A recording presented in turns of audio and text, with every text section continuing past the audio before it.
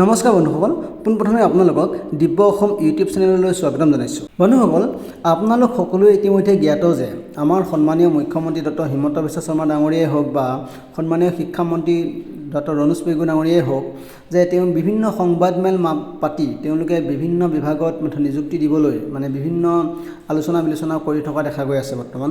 আৰু লগতে কোনটো বিভাগত আৰু কোনখন ডিষ্ট্ৰিক্টত কিমান পোষ্ট ভেকেণ্ট হৈ আছে সেইটো কিন্তু বিচাৰি থকা দেখা গৈছে।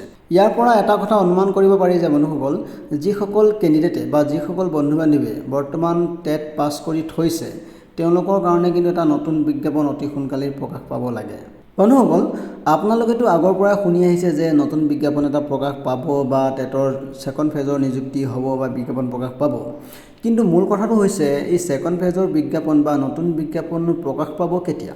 মই ভাবোঁ ছেপ্টেম্বৰ মাহত আপোনালোকে নতুন বিজ্ঞাপনৰ বাবে আশা কৰি লাভ নাই, কাৰণ ছেপ্টেম্বৰ মাহত ওলোৱাৰ চান্স কিন্তু একেবাৰেই নাই। কাৰণ আজি 16 তাৰিখ হ'লেই, গতিকে ছেপ্টেম্বৰ মাহত ওলোৱাৰ চান্স একেবাৰেই নাই। মোৰ ধাৰণা মতে 22 ছেপ্টেম্বৰ তাৰিখে শিক্ষামন্ত্ৰীয়ে হওক বা আমাৰ মুখ্যমন্ত্ৰীয়ে হওক আপোনালোকৰ কাৰণে কিন্তু এটা ভাল খবৰ দিব পাৰে বা নতুন বিজ্ঞাপন যে ওলাব বা টেটৰ যে ছেকেণ্ড ফেজৰ বিজ্ঞাপন যে ওলাব সেইটো কিন্তু ঘোষণা কৰাৰ খুবেই চান্স আছে।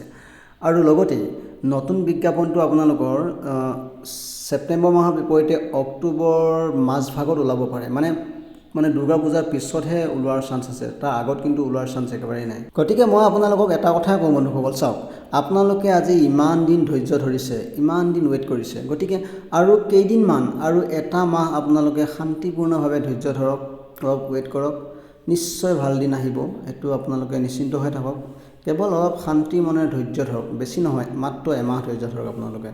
বন্ধুসকল, যদিহে ভিডিঅ'টো আপোনালোকৰ উপযোগী বুলি ভাবিছে তেন্তে লাইক কৰিব আৰু শ্বেয়াৰ কৰিব। আৰু যিসকল বন্ধু বান্ধৱীয়ে এতিয়াও মোৰ চেনেলটো ছাবস্ক্ৰাইব কৰা নাই আপোনালোককো অনুৰোধ কৰিছোঁ বন্ধুসকল, অতি সোনকালে আপোনালোকে মোৰ চেনেলটো ছাবস্ক্ৰাইব কৰি লওক।